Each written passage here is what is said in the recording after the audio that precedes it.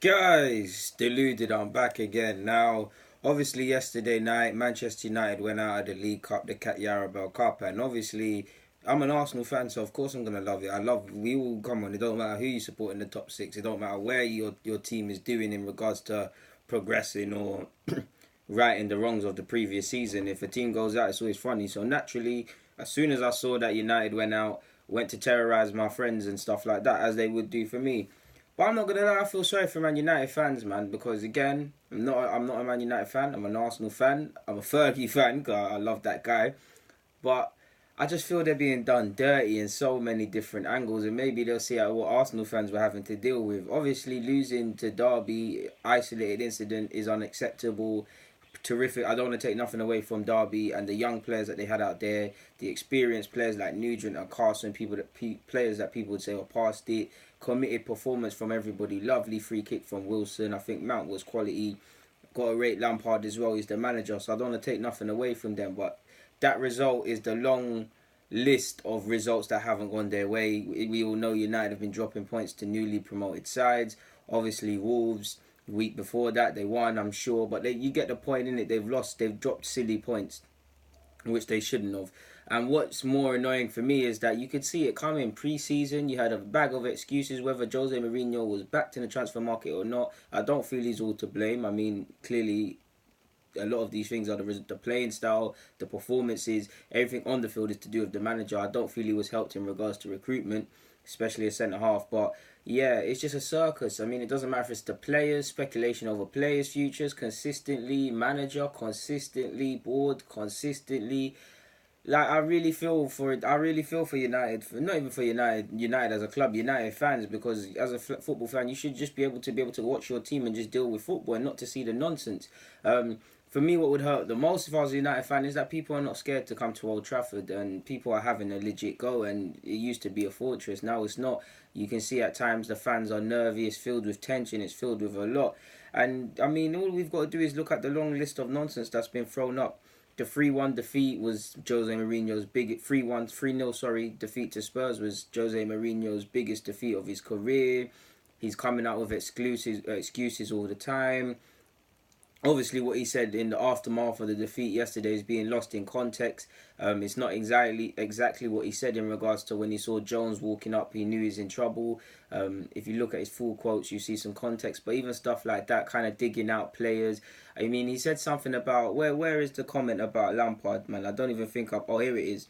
He said this. You see the man on the opposition bench? That is my old player, Frank Lampard. That is a warrior, a leader, on and off the field, a real captain who puts the team first, different to what I have right now. That's a very ambiguous comment. Is he getting at Paulpogba who didn't play? Is he saying that the experienced players are not standing up to be counted? Is he just saying that nobody, young or old, it doesn't matter, you're just not behaving like Man United players in the sense of leading from the front and being accountable in your own performance?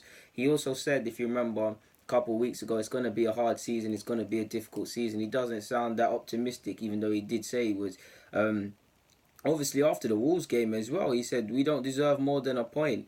The performance was not good enough to get 3 points. I want to see a start with concentration, with intensity, with ambition, which did not happen. We spoke about it in the dressing room at half time.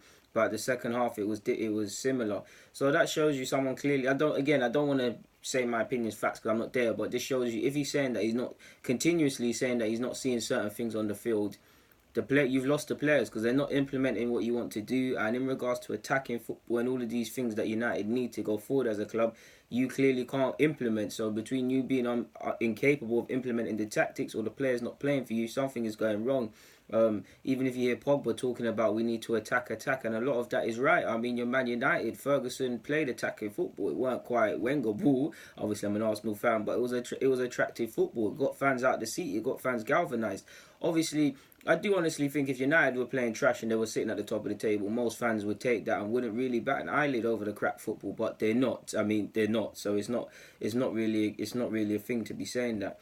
It's a shame, and similar to the parallels at Arsenal, there's a lack of accountability. A lot of it falls at Jose Mourinho as well. But where is Woodward? I mean, again, I'm not a United fan, so I'm not going to speak facts. I don't know. But where is Woodward? Like, the recruitment, you wasn't clearly, the centre-half, a lot of the spine wasn't implemented, in my opinion. Where are the Glazers? The Glazers are nowhere to be seen. You're seeing United announce record profits and revenues and all these fancy things, and actually still got a lot of debt being serviced by the club. It's almost like these big money transfers are being used to hide something and grow silently, grow their empire silently away from United. The Glazers I'm referring to, not that they haven't got an empire already. Like, it's ridiculous. Even if we look at some of the statistics, man, like, Man United's pre-tax profits tax is down 57 million to 26 mil due to higher player operating costs and wage bills. So what does that tell you? Is the club spending legitly? I don't think these owners at United are spending legitly to make them more competitive as a club. I think they're spending so that they can, well, I don't want to say money laundering, but for want of better words, if they can show that they've spent on the club, they can hide their peas. Even if you just look at the debt levels being financed by Manchester United, yeah, they're still having record profits and all of these things. But when you look beneath the hood, there are concerns. Debt levels rising. Cash reserves actually fell a little bit. Profits, depending on how you look at it, have actually gone flat. Commercial income has actually gone flat. Match day revenue has dropped. Profit on player sales has rose as well. But how many players have United sold for profit, really and truly? Like I said, United sales are flat. United's revenue, in the sense of a commercial base, has gone flat, as like this report says. And what's shameful with that is that they got their first sleeve sponsor and they've announced 7 new partnerships. So that shows you something is wrong. Yeah, you can say United make money and they do all of these things, but when you look beneath the hood, it looks scary. If the club is not in its best possible health, if debt levels keep rising, if the club's profits are being used to finance certain debts, for want of better words, I'm miscalculating things slightly, and the club is not where it is on a footballing basis and is still being put under the guise of Manchester United and all of these things that the fans buy into, it's a shameful. I see a high wage bill and I see players that don't match it. I mean, I don't know if Rojo's still on the books technically, forgive me if I'm wrong, but he was on 100k. Young is on good money. You can't even sack the manager because he makes 15 mil a year or so. So sacking him is going to be a big cost. Not that United can't stomach it, but it just shows it's crazy. United still have the largest revenue in England, of course, by a landslide, but it's still not operating in the best possible way. I mean, if you look at the last 9 years, Man United have had 1.6 billion in cash, and operating activities have been 1.3 bill plus an extra 318 million pounds in share costs.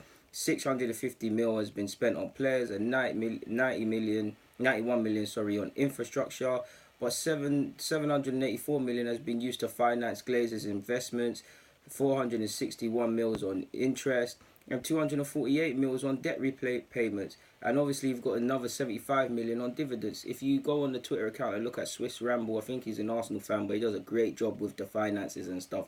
I'm not a finance man, but he makes a good job of making it make sense. So you can see how United not actually in the right way of mind, and people need to be held accountable, and I don't see any accountability. When Fergie was there, Fergie was to be held accountable because he more or less ran the club, and there was other people. Now I don't really see anyone, and it's a bit like Arsenal when you can get at Wenger and he has to hold a lot of the wrongs he's done. But where was Glazides? Where was Kroenke? Where are the other figureheads? And I'm sure United fans would like to see something like that, man. But it's just a bit of a mess, man. And I mean, just on the word of Jose, I mean, to be outclassed on a Sunday and a Tuesday by 2 former players, one being your third choice keeper at Porto in Nuno and obviously Lampard on Tuesday for Derby, it's a bit sad, man. I feel sorry for United fans, but it is what it is, man. Guys, DG.